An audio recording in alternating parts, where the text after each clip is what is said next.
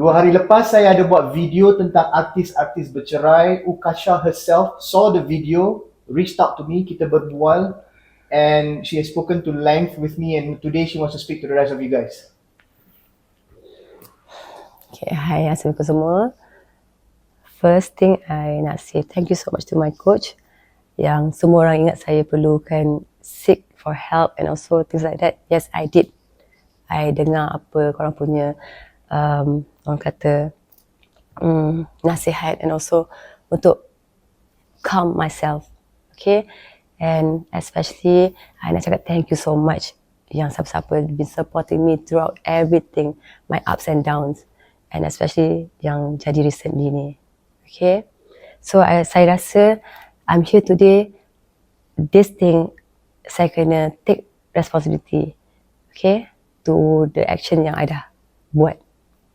Saya nak minta maaf kepada semua yang dah menonton video saya sebelum ni, gambar-gambar ataupun caption yang dah mengundangkan kemarahan semua orang, yang mengundangkan keaiban sesiapa pun. Saya tak berniat langsung. Saya minta maaf. Saya tak patut talking about my marriage in public. That was wrong. I admit it was wrong. So yeah, masa tu mungkin saya tak fikir panjang. I was angry, I was too sad and I was too tired. So I reacted emotionally. Again, saya tak cakap benda tu alasan untuk saya berbuat demikian. Bukan alasan, sama sekali bukan alasan. Saya minta maaf. Saya betul-betul minta maaf.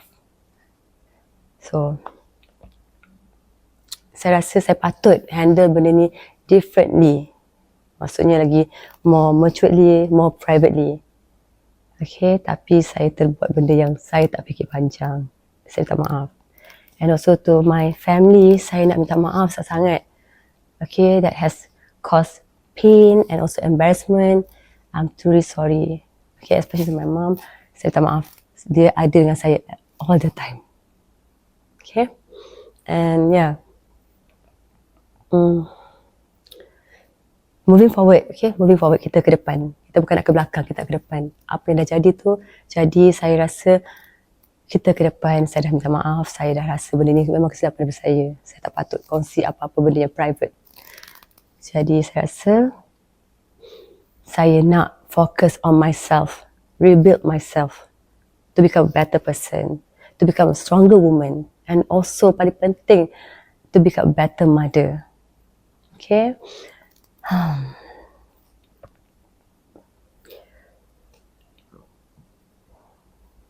Like semua human being, I'm learning. So this progress saya. Saya learn, saya heal, and of course, I'm taking things one step at a time. To those yang mendoakan kebaikan saya dan juga keluarga, terima kasih banyak-banyak. Saya tak tahu macam mana saya nak balas jasa korang. Jujur saya cakap, saya sentiasa doakan kebaikan dan juga kesenangan kepada semua yang menonton video ni sekarang. Okay? Jujur saya kata saya minta maaf.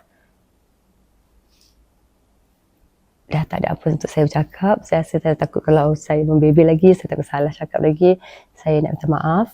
Betul-betul minta maaf from the bottom of my heart. I'm really, really sorry. What I did was wrong. Yeah. Assalamualaikum.